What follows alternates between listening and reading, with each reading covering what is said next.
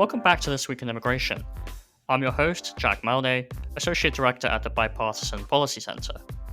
In this week's episode, BBC Senior Advisor Theresa Cardinal delves into some new US immigration data findings. First, in July 2024, the Pew Research Center released estimates and demographics of the foreign-born in the United States. The research highlights new data on where immigrants are coming from, where they decide to stay in the US, and how this has changed. Immigrant participation in the workforce and higher education, legal status, and more. We welcome Pew's Director of Race and Ethnicity Research, Hugo Lopez, to take us through all this. After that, Theresa and I discuss the Congressional Budget Office's new report on the effects of a recent immigration surge on the federal budget and the economy. Millions of people have been entering the US in recent years for humanitarian reasons, and the CBO has been tasked with determining if this has been a boon or a drain on our economy. It's a data and economics episode this week, but we'll be breaking this down for you whether you're an economics PhD or otherwise. So stay tuned.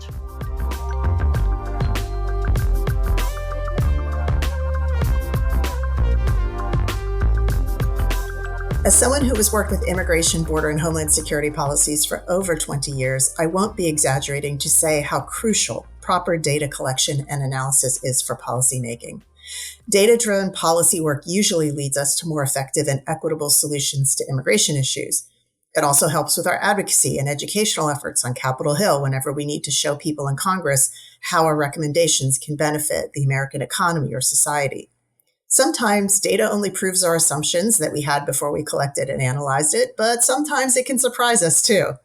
In any scenario, data is important in the policy world, and that is why I'm so excited to welcome Hugo Lopez as our podcast guest today. Mark is Director of Race and Ethnicity Research at the Pew Research Center. He leads planning of the center's research agenda focused on chronicling the diverse, ever-changing racial and ethnic landscape of the United States. He is an expert on issues of racial and ethnic identity, Latino politics and culture, the U.S. Hispanic and Asian American populations, global and domestic immigration, and the U.S. demographic landscape. Prior to joining Pew Research Center, Mark served as a research assistant professor at the University of Maryland School of Public Policy and as research director of the Center for Information and Research on Civic Learning and Engagement. He's written a lot of stuff. You can Google him, but we are very happy to have him on the podcast today. So welcome, Mark. Thank you, Theresa. It's a real pleasure to be here. So before we delve into Pew's recent findings on immigration, I think our audience may want to know more about how research centers like yours conduct their research on such a large scale. So tell us more about where you and your colleagues get the data from, what sort of are the stages of your analysis, and what challenges you face in particularly getting immigration data. It's a really great question because there's no one single source for data on the nation's immigrant population. In fact, there's no source that is asking everybody to send in a note saying to the federal government, I'm an immigrant and I live in the United States. Instead, we must rely on government data sources, yes, but oftentimes these are data sources that are general data sources that the Census Bureau was already collecting. So, for example, there's a data source called the American Community Survey. It surveys over 3 million people in over 3 million households, and it's the main data vehicle for us understanding a whole range of characteristics about the U.S. population, including how many people consider themselves or self-report as immigrants, having been born in another country, and also whether or not they hold U.S. citizenship. So it's based off of self-reports. But that's just one possible data source. The U.S. government also produces a lot of information about people, for example, who are apprehended at the U.S.-Mexico border. That's another important source of information. We also have a lot of data on how many people are applying for or hold something equivalent to a green card, so people who are in the country legally, and also who applies for and obtains U.S. citizenship in any given year. These are pieces of the whole story, but it's not the complete story. Finally, when it comes to public opinion data, we at the Pew Research Center not only use demographic data from the Census Bureau, administrative data from the federal government, but we also conduct our own public opinion surveys, sometimes even of immigrant populations themselves. So our regular surveys of the U.S. Latinos, of Black Americans, of Asian Americans include statistically and nationally representative samples of immigrants in all three of those groups. But as you can tell, this is a multi-pronged way in which we try to understand what is, as I mentioned earlier, a group that's not so directly captured in government data sources. Yeah. So before your team started to look at the updated data on the foreign born immigrant population in the United States this time, what might have been some of the expectations that you had? And what are some of the trends in this kind of immigration research? How do you choose what to look for in all of those different data sets? Well, one of the first big questions is how many people are immigrants and how many are living in the United States today? What share of the US population are immigrants? And just knowing those two basic numbers are two things that we've been tracking for some time. Those numbers have been growing, and the trend has been over the last 50 years of a growing immigrant population living in the United States, and that the share of the US population that was born outside the country or born in another country has been on the rise. We haven't reached historic levels on that share point yet. And I'll get to what those numbers are. But I think it's important to keep in mind that these numbers have been growing for some time now. And also that this is one of these questions that I think a lot of people both want to know because people are oftentimes the US born children of immigrant parents or the grandchildren of immigrants. People just want to understand their backgrounds, but also for policy purposes, where do immigrants live in the United States is another important question that's a part of this story.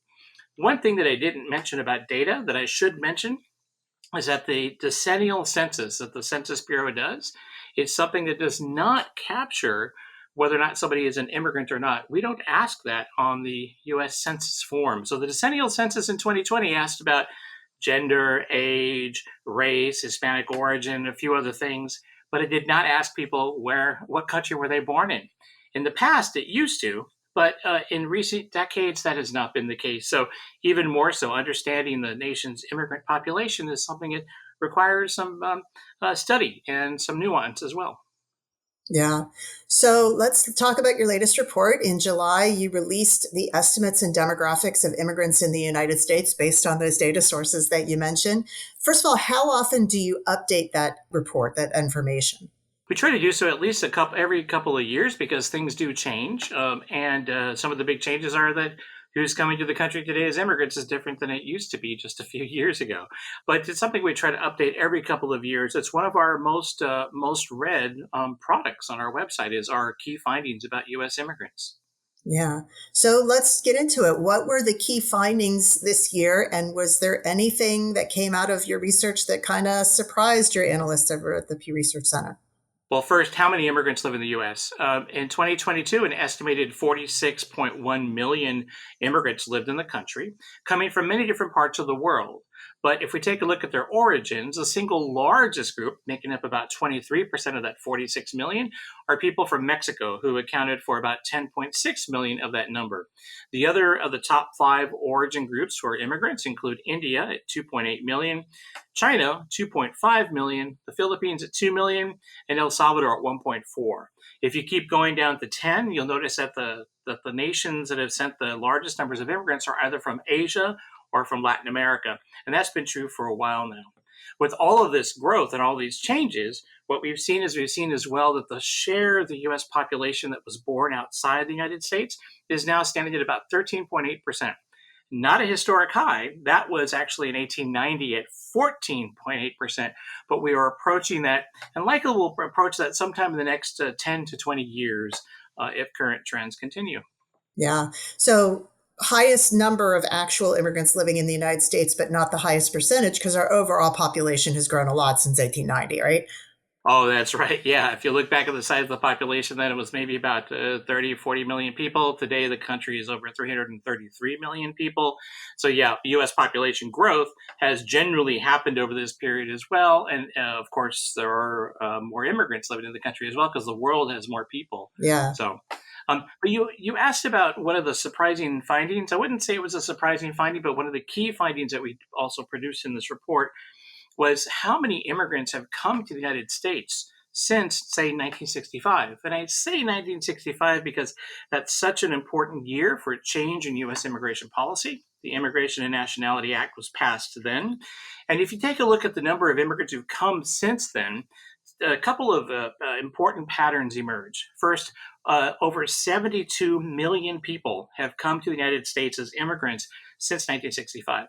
Not all of them stay. people return home, and some pass away over the course of their lives. So that's 72 million. That's a significant number of people. It's the third large immigrant wave to the United States, frankly. And what's also interesting is about half of those folks have come from Latin America, about a quarter from Asia, and that is a distinctly different combination of origins compared to the past when it had been Europe that had been the primary source, whether Northern Europe and Ireland or Southern Europe, particularly Italy and Greece. So the story of immigration to the United States has really changed over the decades, and we can go all the way back to 1850 to look at that. That was another one of the important findings from this particular report. Yeah, I mean, obviously, the geography of where immigrants come from shifts and changes. You mentioned the 1965 Act, which was notable because it overturned country-specific quotas for national origin that we had since 1924 and gave every country in the world the same number of visas. And yet we still saw a change in where people were coming from. And of course, that's not just about our laws, but it's about where people want to leave, right? Fewer Europeans were trying to come to the United States, and more people from Asia and Latin America wanted to come to the U.S. So I think that's important. What about recent years? You said they try to do this every couple of years. Have there been any shifts in countries of origin in, like, say, the last decade? Yes. So in the 2010s, we were seeing many more immigrants arrive from Asia on an annual basis than from Latin America, which it was a reversal after many decades of Latin America being the biggest source of new arrivals to the country, Mexico being that single biggest country. But actually, things have shifted again. So now into the 2020s, Latin America has emerged as the larger source of new immigrants than Asia. Now, that's talking in a very broad regional sense. But you ask about specific countries. Yes, there have been some interesting stories, partly because when you think about Venezuela, there's been a large migration of people from Venezuela to the United States. That population has grown faster, for example, than any other population of people from Latin America since 2010. And that's a notable change because it used to be that Mexico was the fastest growing, and Mexico, the number of Mexican immigrants in the United States is actually declining. We're down at least maybe 2 million since the peak in 2007 in the size of the Mexican immigrant population in the United States. But that's just one example. Another one is you see India on the rise, and in many states, Indian immigrant populations are the single largest immigrant population in those states. Places like Indiana, which I'm not sure if folks think about Indiana as a place with a large Indian immigrant population, but it used to be Mexican just a couple of years ago. But that's another example of how things have changed. We see people coming from China, for example, as well. And in many cases, they're not necessarily coming to the U.S. legally. Some may be crossing the border without authorization and seeking asylum protection, or maybe coming into the U.S. to work and to do so without authorization. So there's a number of pathways that people are pursuing to come to the country, but it's notable that there's some big changes recently. Also, Africa has become more of a source as well. Yeah.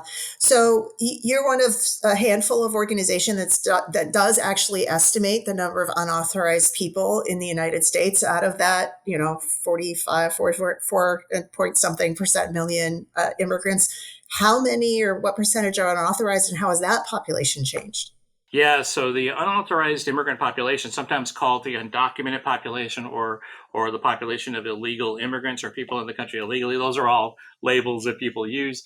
This population stands, by our estimate, in 2022 at about 11 million people. That makes up about 23% of all of that 46.1 million immigrant population in 2022 for the U.S. But there's been a lot of dynamics in this particular population. I'd mentioned earlier that the number of Mexican immigrants living in the U.S. has been declining. Most of that has come from undocumented or unauthorized Mexican immigrants living in the United States. That number peaked in 2007 at about 6.9 million. Today, it's at only about 4 million. So that's a significant drop over the course of a decade and a half.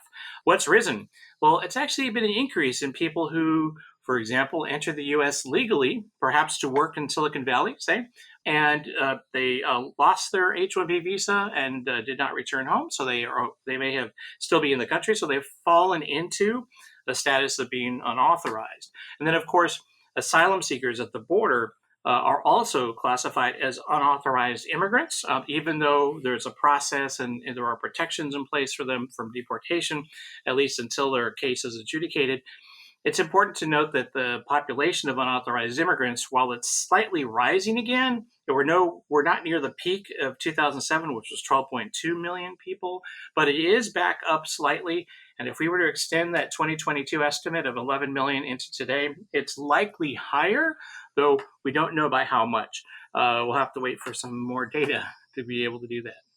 Yeah, it's worth noting that you were looking at census data from 2022. And one of the challenges we have is that we can't really know in the moment what it looks like because we only get the surveys every couple of years and then you have to do all the analysis of it. So we're always looking back a little bit to figure out where things stand.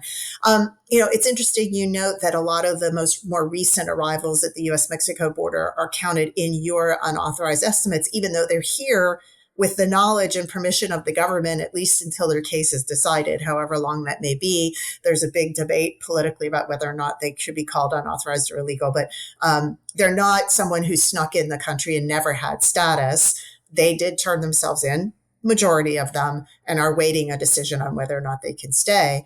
I think one of the other things that's very interesting that you said, and maybe a lot of people don't actually realize that, is that we had been on a downward trend of the unauthorized in the United States until the last couple of years. You mentioned the peak was a few years ago at 12.2 million. Is that mostly because of, you said there's a lot of Mexicans who have left or got status or, died? I don't know. What is that one of the things we're looking at there? Yeah, it's actually a combination of both of those. So part of it is Mexican immigrants who are in the country without authorization returning home. And folks may have spent their working lives here and may have returned home to retire. Anecdotally, that's what I hear from folks who I know whose families, whose parents, for example, have been in the U.S. for a long time and ultimately just returned home. The other part of this story is that there are relatively fewer people coming from Mexico than there had been in the past. And so Mexico continues to send people to the U.S., some of whom come here without authorization, some who cross the border in in a way not to present themselves for asylum protection, but to seek work and to enter the country without authorization. But the number leaving is greater than the number coming. And there's always a flow across the border. That's something that we've noticed in our data for about 10 years now, is that Mexican migration flows are almost equal, but at some years they've been higher leaving than coming in. And that's been interesting. But you asked about some other points. So for example, in our estimate of 11 million, about 1.6 million of those are people who are waiting for their asylum case to be adjudicated. So we do know something about the size of that population. There are other groups as well. For example, people who are recipients of deferred action for childhood arrivals. Those are people who came into the DACA, people who came to the U.S. As children, entered without authorization, have grown up here in the U.S., but have applied for and have received deportation protection, so they won't be deported. And they also have a work permit, so they can work in the United States. That DACA population is people who are considered to be in the country without authorization, even though they have protections from deportation. There are other groups too. Temporary protected status is another, and some other ones, the parole status, for example, for people from Ukraine. So the U4U program, which provides some protection to Ukrainian citizens in the U.S. And also there is the parole program for, make sure I get this right, Cuban, Nicaraguan, Haitian, and Venezuelan folks. And this is something that's a relatively new program. But again, these are folks who are in the country without authorization, but have protections from deportation through these programs. Yeah. So a lot of those folks, I think it's the Migration Policy Institute who calls these the kind of twilight statuses. In other words, the government has allowed you to stay for a while, but you don't have what we would call a lawful status under the immigration law. You don't have a particular visa category or green card category that you're in. It's this other kind of statuses that don't usually lead to green cards. But the government allows you to be here. And you could also be, that could be revoked at any time as well. Correct. So as a research specialist, your expertise goes beyond immigration into topics of race and ethnicity. Could you share some thoughts or insights about how these changes in the demographics and the geography of where immigrants coming from are affecting the overall race and ethnicity demographics in the United States? It's a really great question, and it's something that's been in the works for over 50 years now. But if you look back at the US in 1960, it was primarily a white and black country. About 88% of the population was white, about 11% black, and Hispanic and Asian numbers are relatively small. Today, though, the population is much more diverse. 1 in 5 Americans are Hispanic, so either immigrants themselves from Latin America or people who are the US born children or grandchildren or great grandchildren of Hispanic immigrants. And Asian Americans now make up about 7% of the US population, from a very small share in 1960 to 7%. The nation's black population has grown too as a share. It's now about maybe 12 to 13%. And the nation's white population as a share is down from what it had been, say, back in 1960. Now, that notion of what is the nation's white population is a really interesting question, because we're oftentimes, when you hear statistics like the ones I just gave to you, we think of them as mutually exclusive groups, where white non-Hispanics are the group that we think of as declining. That's about 58% of the US population today. However, many Hispanics consider themselves to be white. And so what does it mean to be white? And if you take into account a multiracial, or people who are of two or more races as well, the nation's white population as a share of the US population really hasn't declined.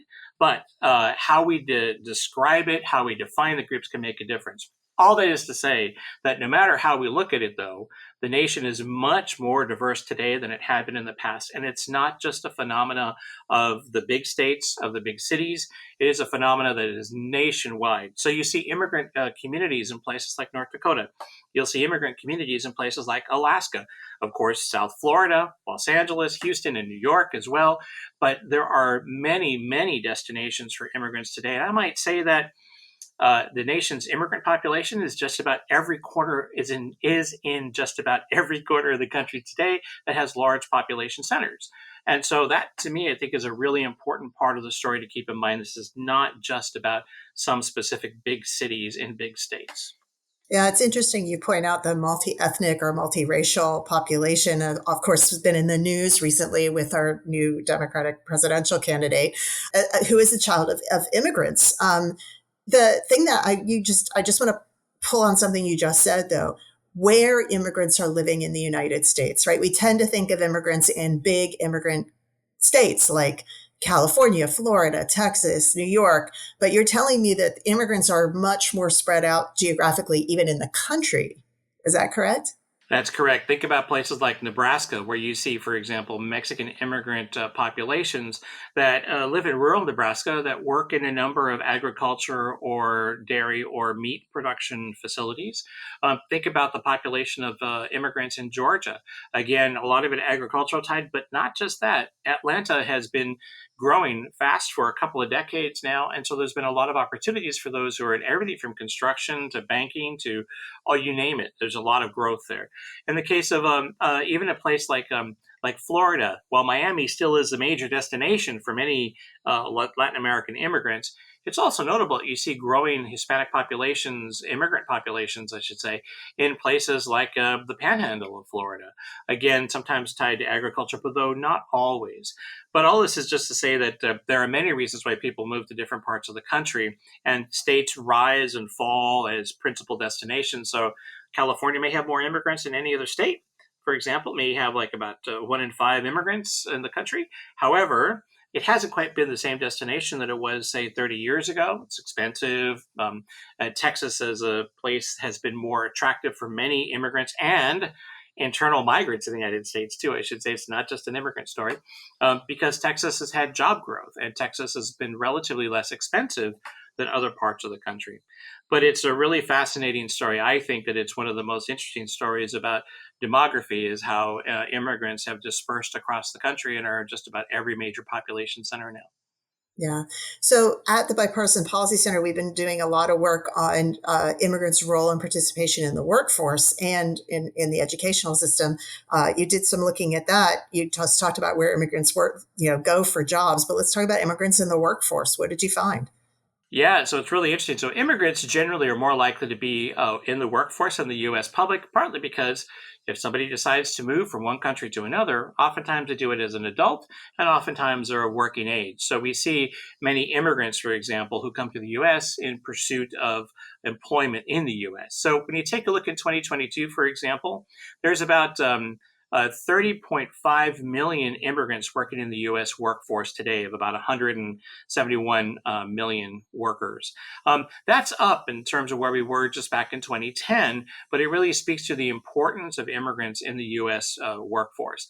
Now, when we think about immigrants, many of them are here lawfully, and so most of that are lawful immigrants. 22 million of that number are people who are in the U.S. legally, but about 8 million or so are unauthorized immigrants.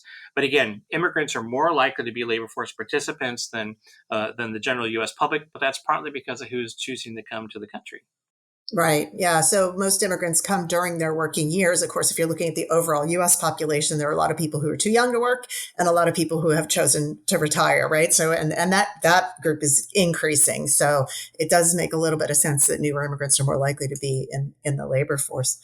Let's talk about another thing that we touched on, which is, of people think of immigrants in the country, they don't think of them necessarily as being citizens. And yet, a very large number of foreign-born people in the United States have become naturalized citizens. Can you talk about naturalization rates? How many are more people getting their U.S. citizenship? What's the percentage of people who maybe haven't yet, who might be eligible? What do you know about that? Yeah, so of the 46 million immigrants living in the U.S. in 2022, our research shows that about half, 23.4 million, are people who are naturalized U.S. citizens. So half of the nation's immigrant population have U.S. citizenship. They've gone through the process to become U.S. citizens. There's also an additional about 11.5 million people who are lawful permanent residents. And those are folks who are potentially eligible in the coming years to apply for citizenship legally to the United States. So through the legal process of the country. Yeah, those are the folks we call having a green card, right? Yes, it's essentially, yes, having a green card. There are also some temporary lawful residents as well. People might be here to study and so forth. But I think it's important to note that about 3/4 of the nation's immigrant population are in the country legally. And that's, I think, sometimes is a point that's missed when we talk about the nation's immigrant population. There's a lot of focus on what's happening at the border, rightly so, because there's a lot happening. But also, it's the unauthorized or undocumented immigrant population isn't the whole story. There's there's a very rich story that exists around legal status for a whole population of immigrants. One of the things you asked about naturalization rates, and actually it's really interesting, Theresa, because when you take a look at naturalization rates, there are many people who might be in the country legally and even eligible to naturalize, but don't necessarily take that step. And it's tied to country of origin in many ways. So, for example, among all immigrants from, say, a place like, Taiwan, you might find more than 85% who ultimately become eligible to do so become a U.S. citizen. By comparison, somebody from Mexico who might become eligible to become a U.S. citizen, only about 45% or so ultimately naturalize. So there's a pool of about 3.5 to 4 million Mexican immigrants living in the United States who are here legally, have been here legally for decades, and still haven't naturalized. We've surveyed this population. We've asked them about why haven't they naturalized yet? Do they want to? The majority say yes, they want to naturalize. More than 90% say so, though again, I think it's interesting, not everybody does. And then the second part of it is that the barriers that they cite to naturalization include cost. The cost to naturalize. I forget what the current cost is, but it's over $690 now, right? Or maybe $700 or so. It's going up, yeah. And it's been going up for a couple of years. On top of that, concerns about language barriers. Many Mexican immigrants, even if they've been here for a while, may not necessarily feel comfortable to speak in English. So that is a potential another barrier. All this is to say is that there are different rates at which folks from different countries who are in the country legally choose to make that choice and become a naturalized citizen. Nonetheless, one of the interesting things that I think is also happening is that, I don't know if you know this, but today about 10% of all potential voters in the United States, so at least adult U.S. citizens, about 10% are immigrants. So naturalized U.S. citizens make up 10% of potential voters in the country. That's up from 2020 by a tenth of a percentage point, but we're talking about 24 million people or so, which of course that's an important number. That's a big number. Yeah. Will they all register to vote? I don't know. I don't know if I would think of them as a voting bloc. But it is interesting that there is a growing share of the U.S. electorate that potentially are immigrants themselves. Yeah. It's interesting. You do a lot of work studying U.S. Hispanic or Latino population, and we do know that electoral pundits and political people like to talk about the Latino vote. And there's I think, a perception that a lot of that is an immigrant vote, but majority of Latinos are not necessarily foreign born, right? Like most are born here in the United States. And it's not clear that, for example, there is a single Latino vote any more than there's a single Asian American vote, or even a single white vote. Every voter is a little bit different. Yeah. What's your thoughts on that and how it relates to the demographics you just talked about? Yeah, so one of the things I always say is I always say Latino voters rather than the Latino vote to indicate that it's a group of voters who have different points of view. And you're absolutely right. Among Latino eligible voters, who are people who are at least adult U.S. citizens, 3/4 are U.S. born. So that gives you some sense of how big that share is. Yeah. For Asian American eligible voters, that share is about 60%. So among Asian American potential voters, the majority are naturalized immigrants. So that's a different story. But it is interesting because the growth of the number of Latinos eligible to vote has been growing rapidly. Between 2020 and 2024, there's an additional 4 million Latinos who are eligible to vote. So we went from 32 million back then to 36 million this year. The majority of that, 3/4 of it, comes from U.S. born Latinos coming of age. You were talking earlier about the importance of U.S. born Latinos in the demographics. Here's one example. 3/4 of that growth are just young people entering adulthood. That's really important because they're first-time voters, and that is going to have an impact on both mobilizing them, registering them. A lot of firsts for that group, and by the way, this has been a pattern that's been going on for 20 plus years. So, and it's going to probably continue for at least another 10, maybe 15. But a quarter of that, though, are people, Hispanic immigrants, who are in the country legally and naturalize. And if you know, there are many organizations which help immigrants naturalize. And election years is where you see a spike in this as people prepare to do so in order to prepare to vote for the first time. So about a quarter of that 4 million, about 1 million, is coming from naturalizations alone. So as you can see, immigration is important for the demography of Latino voters, but also, as you noted, only a third of all U.S. Latinos are immigrants. The vast majority are born born in the United States, not outside, or in Puerto Rico. And that, to me, I think is really an interesting part and an important part of the story. Yeah. For those who have never been to a naturalization ceremony, it is very, very normal for there to be voter registration booths immediately right there. So you get your naturalization certificate, you're sworn in, and they're like, here, please register to vote. And many, many immigrants who go through that process say that that's one of the reasons they go through the process is they want to be able to vote. So those registration tables tend to do very well after naturalization ceremonies. Before we wrap up, what else do you think we should know about the immigrant population in the United States that you think particularly is something that's not well understood? I think another important part of the story is that when we talk about immigrants are not just from Latin America and Asia, but a growing number are coming from places like Africa and Europe and Canada continue to send immigrants to the United States. But for Africa, what's interesting here is that among the nation's Black population, immigrants now make up almost 10% of that population as well. But that's up from only about 4% in 2000. So there's been there have been many immigrant arrivals from places like Ethiopia, from Nigeria, but also when you take a look at other parts of the Caribbean, Jamaica has been an important source of Black immigrants as well. All these are stories to tell you that even the nation's Black population is changing. It isn't necessarily quite the same U.S. born population that it had been. Now, that's an interesting story because in our public opinion surveys, we do find that there are some distinct public opinion findings for those who are immigrants, the U.S.-born children of immigrant parents, and then those who are whose families have been here for many generations, may even be the descendants of slaves. There is a difference in opinion among Black Americans on a number of different issues. But that's just to say that immigration is not just a Latino story, and it's not just a Asian story. It's actually a story of many different places around the world, and that's what I think is really distinctive for the United States. Yeah, that's interesting you say that, because when you say African American, it might be somebody who was born in Africa who's now an American, which is different than what we've traditionally thought of as the descendants of enslaved people in the United States. So I know that you're constantly doing new things over at Pew. Can you give any our listeners a little sneak peek about what's next for your research around immigrants and immigration at Pew? So we're going to continue to do the work that we do on public opinion, asking the U.S. public about their views of immigration policy. So stay tuned for a new report on that sometime later this year. But also we're working on a report that's going to look at the attitudes of the U.S. public towards immigrants. So how they view immigrants and the impact of immigrants on U.S. identity. Those will be very interesting findings. We're about to go in the field with that survey, so I'm excited about that work, and we'll see where that goes.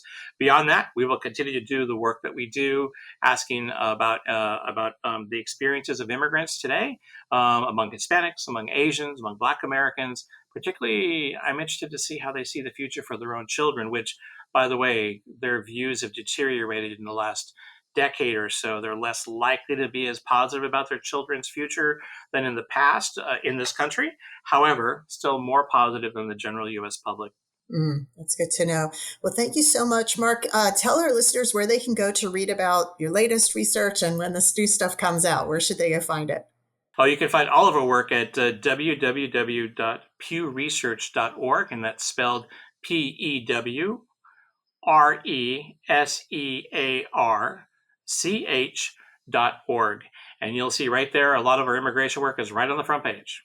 Yeah, it is. And I tell you, it's a website that I visit, if not every day, at least several times a week. And I'm not embarrassed to say that I have used your charts with attribution in many presentation that I have given including just today on a presentation I gave. So Mark, thank you so much for joining us on This Week in Immigration. We really appreciate you coming on.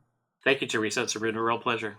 So we're going to take a short break. When we come back, Jack Malde and I are going to discuss the Congressional Budget Office's recent report on the budgetary and economic impacts of immigration. So stay tuned.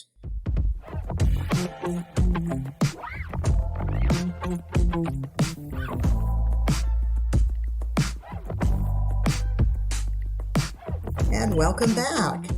So just a couple of weeks ago, the Congressional Budget Office published a rigorous report on how a recent immigration surge has affected the federal budget and the economy. Under the Biden administration, we have seen millions of people enter the United States through various humanitarian channels, including paroles. And there's been some debate about whether those individuals are a boost or a drain from an economic perspective. So to take us through the key findings from the report, we welcome our host and Associate Director for Workforce Policy, Jack Malde. Great to have you as a guest today, Jack. Yeah, it's great to be here. Yeah, I get to interview you for a change. All right, so let's dive in. Why did the CBO issue this particular report? Yeah, well, the CBO released their economic and budget outlook back in February, which we actually discussed on the podcast on episode 166. I went back and checked. Yeah. And that analysis noted that we have seen this immigration surge and it's boosted our labor force. And it found that between 2024 and 2034, GDP will be greater by about $7 trillion and federal revenues by about $1 trillion. So it painted a really positive economic picture of the immigration surge. And in response to this, in May of this year, the House Budget Committee Chairman, Jody Arrington, sent a letter to the CBO asking for a complete and fair analysis of the budgetary effects of what the chairman called the border crisis.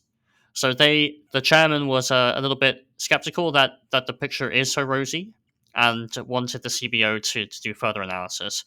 In particular, the chairman and the committee was rightly pointed out that the CBO hadn't incorporated analysis of increased spending on account of the immigration surge.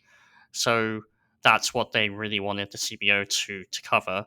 And it followed a committee hearing entitled "The Cost of the Border Crisis." So it was very much a push from the House Budget Committee to get the CBO to conduct this report. So probably they were hoping that maybe that a more detailed analysis might come up with a different outcome. But let's break it down a little bit. I know we talked about the original report back in February. What sort of immigration is part of the surge under the CBO analysis? Who all did they include in that? Yeah, so the CBO, firstly, they estimate that from between the 2021 and 2026, this 5 year period, they estimate that there are 8.7 million more people who have entered the United States than would have been expected given pre pandemic averages. So that's a big surge.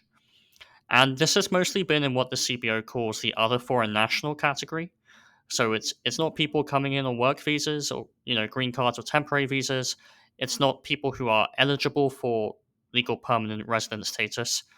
It's essentially other individuals. So the CBO thinks that most people have entered in three different channels. So firstly, some people have encountered border patrol between ports of entry and then have been granted parole or placed in removal proceedings and issued a notice to appear before an immigration judge. Some people have arrived at ports of entry, either at the border or the interior, and have also been granted parole through one of several parole processes. And some of these individuals have also been placed in removal proceedings. And then some people have entered the country without encountering customs and border protection officials at all. So those are the three primary channels that the CBO has thinks that the surge is composed of. And we mentioned parole quite a bit, so I'll just quickly cover what that means for some of you listeners who don't know. The Immigration and Nationality Act actually authorizes the Secretary of Homeland Security to exercise his or her discretion to temporarily allow certain non-citizens to physically enter or remain in the US if they are applying for admission but do not have a legal basis for being admitted. So DHS may grant parole if the agency determines that there are urgent humanitarian or significant public benefit reasons for a person to be in the United States. And one of the main programs we've seen under the Biden administration was humanitarian parole for Cubans, Haitians, Nicaraguans, and Venezuelans, which allowed Americans to actually fiscally sponsor individuals from these countries for temporary residence in the US for at least 2 years. Let me just interrupt for a second because today, as of the day of the recording, there was news that broke that the administration has paused that parole program due to some concerns about vetting of the sponsors. As you mentioned, Americans can sponsor them, but so can others who are in the United States with some sort of status. And apparently there's some suspicion that there's been some fraudulent activity on behalf of the sponsors. So up until at least this week or fairly recently, there had been a fairly large number of people who had come in on that parole program. But given that's breaking news, and we want to make sure that we're up to date on this podcast, I wanted to mention that. So sorry to interrupt, but continue, Jack. No, thanks for adding that, Theresa. I did see that, and it's unclear what the impact will be. I think they hope to get to resuming the program soon. Correct me if I'm wrong. Yeah. But that's a fair point, and it could, for all we know, reduce the number coming in going forward. But yeah, this program was put in place because there were large numbers of people from these countries coming to the border, and it was reasoned that if we gave them parole, that it would reduce the numbers coming to the border. And we have seen, I think, fewer encounters from these countries. So that's all to say that a lot of the immigration we have seen in the surge have been people coming in on humanitarian parole for humanitarian reasons. And obviously, I want to emphasize that these are legal entries. But I think this is partly what motivated the House Budget Committee to really ask for more analysis, because these aren't people coming in on work visas who are coming here with sponsored to work in specific jobs. So there is a legitimate question about what the economic impacts of this immigration have been and will be. Yeah, and just from an immigration standpoint, these different categories of arrivals that CBO put forward, some have access to work authorization, some don't. Some may have access later, but don't initially. So, for example, someone who has been released into the country to await an immigration hearing can file for asylum in that hearing, but would not be eligible for work authorization until about 6 months after they've filed their asylum application. Whereas some of the people who have been paroled into the country would be eligible to work as soon as they arrived. Others might have to apply later. So there's a wide variety of people with work authorization. And of course, one group that you did mention CBO included are people who entered without inspection or did not encounter CBP at all at the border. They would be fully unauthorized in the United States and not have any access to legal work authorization. Yeah, and the CBO's analysis, they assume on average people will receive work authorization after 6 months. So they note that it won't be immediate. But yeah, thanks again for Yeah. that addition. All right. So, given all of those assumptions and what CBO looked at, what did they say were the budgetary and economic effects from the recent immigration surge? Yeah, so they firstly on the revenue side, they estimate that there will be $1.2 trillion of federal revenues between 2024 and 2034. So that's actually slightly more than the earlier economic budget outlook estimated. They estimated 1 trillion, but it's very similar. And this comes from people working and paying taxes, and also because the CBO estimates there will be some productivity increase in the economy. So they estimate that 3% of the adults in the surge will be employed in STEM fields, and that this will increase the economy wide productivity and contribute to tax revenues in that way. And then on the spending side, which is what the House Budget Committee really wanted to be included, the report estimates increases in mandatory spending and interest paid on our debt to total $0.3 trillion. And this comes because some of these immigrants will be eligible for benefits and there will have to be spending to provide those. The report also predicts that there will be an increase in interest rates on account of the immigration. And I think the reasoning here is that immigration, as I mentioned, will increase productivity in the economy, which will increase the amount of borrowing as people want to invest to get higher returns. And that will push up the cost of borrowing, in other words, the interest rate. So it gets a bit economicsy here. But the net effect, so we had 1.2 trillion in revenues, and then we had 0.3 trillion in spending. So the net effect is lowering the deficit in this 10-year period by $0.9 trillion. So that's a pretty resounding positive benefit from a budgetary perspective. And I should say that part of the reason why we see a net benefit is because a lot of these immigrants are not eligible for benefits. So the CBO estimates that about one third, I think it's specifically 35% of the surge are so-called qualified aliens. So they are actually eligible for federal benefits such as Medicaid and SNAP, whereas about two-thirds are not qualified aliens, so they have very limited eligibility. The final thing I'll say on the economic and budgetary benefits, so the CBO also looks out a bit longer term, and they estimate that revenues will increase and mandatory spending will also increase over time.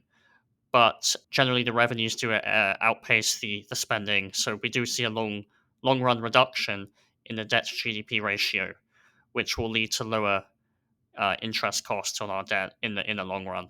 So it's a short term and long term benefit. So that's very interesting, in spite of maybe some skepticism from the House Budget Chair. CBO reaffirmed its positive macroeconomic findings on revenues and spending for the government. But what did it look at in terms of impacts on U.S. workers and employment? Did it study that at all? And what did it say? Yeah, so the CBO report does look at the impacts on American workers, in particular wages, and they find that or estimate that there will be some slowing in wage growth for some individuals in the United States who are not part of the surge because of the increased labor supply from the surge. So, in particular, they find that there will be some slowing of the wage growth of people with 12 or fewer years of education, which is the demographic that I think work in industries and occupations that a lot of the surge immigrants will work in. But I should note that in the longer term, the report predicts or forecasts that we will, because of productivity increases, that we will see wages boosted for all groups, and that will more than offset the short-term reductions for this specific group with fewer years of education. So it's a long-run benefit for sure. Yeah. So let's look at we have to look kind of critically at this. What do you think were some of the gaps or weaknesses of this research? I know that the chairman issued a statement that he wasn't that happy with what CBO came out with at his request. So what does he say is missing, and what do we look at as maybe places where CBO could have done something differently? Yeah, I would say that personally, I was very impressed with the report. I thought it was very rigorous, and anything it did miss out, or the key things it did miss out, it acknowledged in the report. So the CBO is aware, and this includes what the House Budget Committee pointed out. So one of these things is effects on discretionary spending. So the report only looks at mandatory spending increases, but we would realistically see some increase in discretionary spending. For example, providing educational programs to accommodate the immigration surge. Now, the report doesn't really formally estimate this because they say that such funding will depend on future actions taken by lawmakers, and so it's very hard to predict. But they do a sort of back of the envelope calculation that there would be a 0.2 trillion increase in discretionary spending over the period. And if you were to include that into the headline figure, we would still see a zero point 0.7 trillion lower deficit in these 10 years. So it's still a positive impact overall. But I do think, that was a very back of the envelope calculation. So it would be interesting to see more research on the impacts of discretionary spending, although it is hard to predict. The other one I would point out, which was raised by the House Budget Committee, and is probably the most glaring weakness of the report, is that it doesn't estimate the impacts on state and local budgets. So again, the report notes this, and they actually have a sort of pull-out box about the impacts on state and local budgets. They don't actually estimate them because the CBO just doesn't really do that for this type of analysis, and I suspect they would need more resources if they were going to do so. But yeah, they do acknowledge this in the report, and they acknowledge importantly that the literature finds in the short run that increases in immigration do tend to raise state and local government spending more than it raises state and local government revenues. So there is that sort of short term net loss for state and local governments because they have to spend on education, healthcare, and housing in particular. But I would note that there is existing research to show that in the longer run, immigration actually benefits even state and local budgets. So I think you do have to take a long run perspective with these things.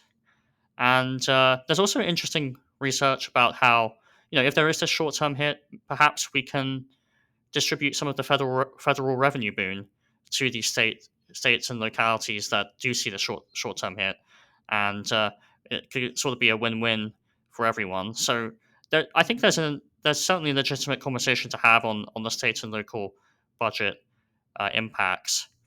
But I think the good news is that the CBO has at least acknowledged that this is an important area, and they actually say in the report that they're currently conducting research to update earlier analysis they did in 2007 on this topic.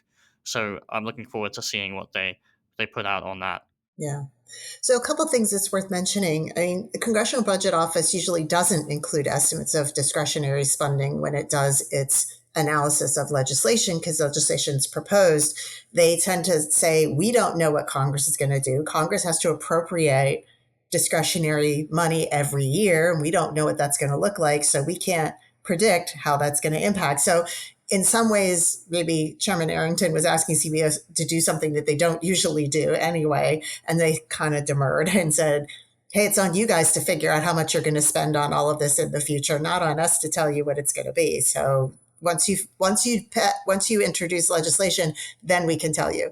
And the state and local stuff, as you mentioned, is not something also that they do. Their focus is on, they're the Congressional Budget Office, so they're focused on the federal budget, not state and local budgets. But it will be interesting to see what they do in the future. I think the fascinating thing is that this is the deepest dive that CBO has really done on immigration in quite a long time, right? They've done a lot of work to try to say, hey, immigration in these last few years has been very different. It's going to have different impacts than maybe we had assumed before. And that's generated its share of controversy because immigration is controversial. But I give them credit for, as you said, really doing their homework and trying on this, right? Yeah, I mean, it was. I was very impressed by how rigorous the report was. As we've noted, these sort of omissions have been noted by the CBO in the report, and there are reasons for them. So I do sort of tip my hat to the CBO for doing this analysis, and I look forward to seeing what they do going forward. Yeah.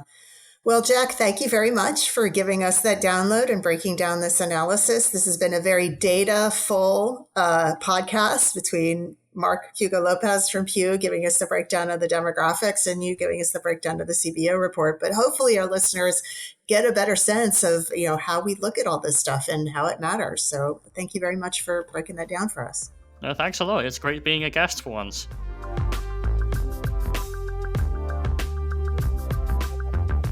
And that's a wrap on this episode of This Week in Immigration. One last reminder to subscribe, rate, and review this podcast on Apple Podcasts, Spotify, or your favorite podcast platform, and share it with your friends and colleagues. You can also find our podcast episodes on the Bipartisan Policy Center YouTube channel. You can find more information on all the issues we discuss here on the show at bipartisanpolicy.org/immigration. You can follow the Bipartisan Policy Center on the X platform at BPC_bipartisan. You can follow Theresa Cardinal Brown at BPC_T Brown, and you can follow me at Jack Malde. Send your comments and feedback to us by email to immigration@bipartisanpolicy.org. I'm Jack Malde. This Week in Immigration was created and executive produced by Theresa Cardinal Brown. This episode was written by myself, Rennie Mockery, and Theresa Cardinal Brown. Joshua Joe is our audio editor. The executive producer of BBC Podcasts is Lucy Manning. Talk to you next time on This Week in Immigration.